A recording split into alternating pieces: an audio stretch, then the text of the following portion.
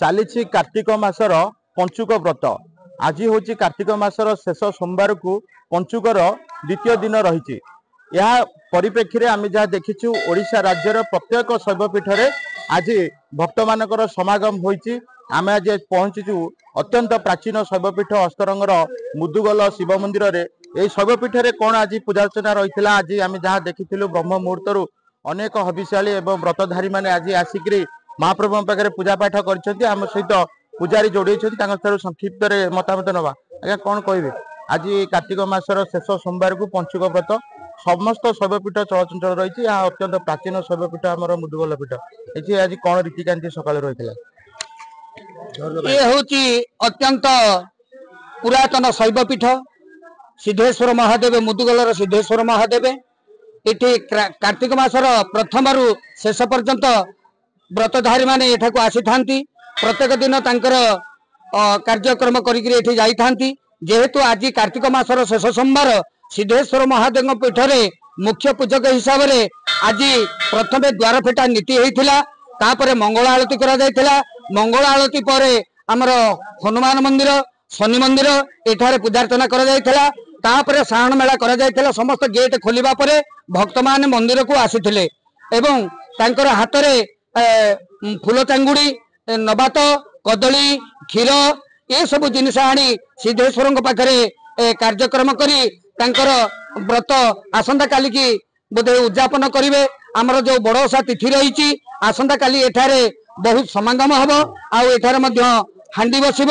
प्राय 500 रु 700 भितर हांडी एठारे बसा जाए एवं से हांडी 10टा बेलू आरंभ हो 4टा बेलू ये हांडी उठे भक्त मैंने नहीं जाई थांती एवं तापर आसी इठी डंगा भसई आउ पादुक टिके सिद्धेश्वर महादेव पादुक टिके पाई से माने तांकर गृह को प्रत्यावर्तन करिथांती। निश्चिंत भाव में मुख्य पुजारी जो सूचना देते आज ठाकुर कौन रीतिकांति थे आम सहित जड़े माँ जोड़ी होती।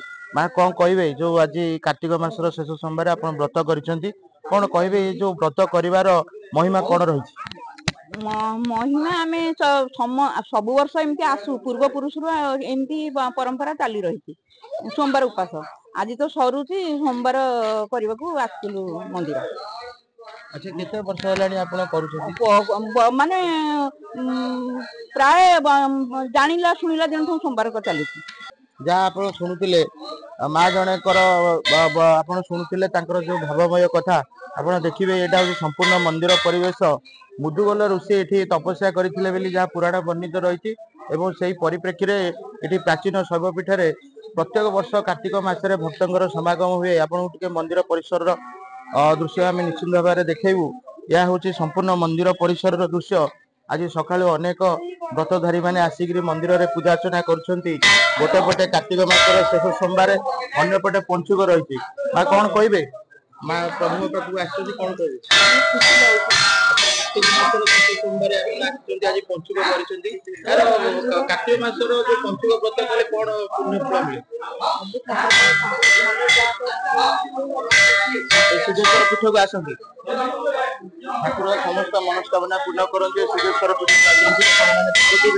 यह हूँ संपूर्ण आम प्रसिद्ध शैवपीठ जो रही सिद्धेश्वर परिसर। ये सिद्धेश्वर मंदिर भितर आज सका ब्रह्म मुहूर्त कहले शह शह संख्यार भक्त मान समागम हो पूजारी माने महाप्रभुंर पूजा कर जहाँ मुख्य पूजारी करुले मंदिर द्वार पूजा सहित मंगल आलती होती। मंगल आलती पर महाप्रभुंर स्नान मार्जना होती साण मेला ब्रह्म मुहूर्त अनेक भक्तर शो छुटी प्राचीन शैवपीठ में आज महाप्रभु को दर्शन कर पंचुक व्रत भोग नैवेद्य सब अर्पण कर महाप्रभु को प्रार्थना कर।